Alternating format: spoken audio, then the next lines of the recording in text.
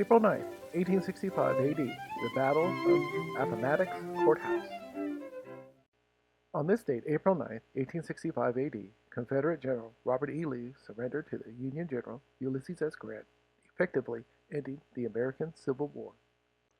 The battle began on the morning of April 9th when Confederate General John Gordon led his Second Corps of the Confederate Army against Union General Philip Sheridan's cavalry. The Confederate Second Corps pushed forward, but were held back by the Union Army led by Generals Crook and Mackenzie. Gordon's soldiers managed to push on forward, breaking all three lines, and approached closer to Appomattox Station but realized they ran into two corps of Union soldiers. Robert E. Lee's cavalry, which was supporting Gordon's Second Corps, saw the situation and retreated back to Lynchburg. Union General Ord moved on to Gordon's position while General Humphreys countered the Confederate General's Longstreet Corps, leaving them wide open with no support from Lee's cavalry.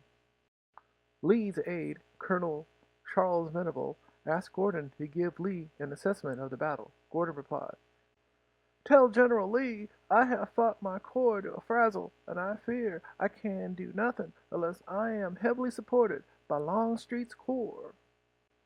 When the message was passed on to Lee, he replied, "Then there is nothing left for me to do but go and see General Grant, and I would rather die 1,000 deaths."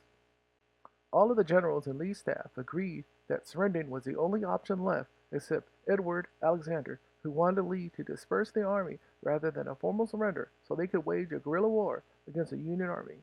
He felt that the army may be ordered to scatter in the woods and bushes and either to rally upon General Johnson in North Carolina or make their way, each man to his own state, with his arms and report to his governor.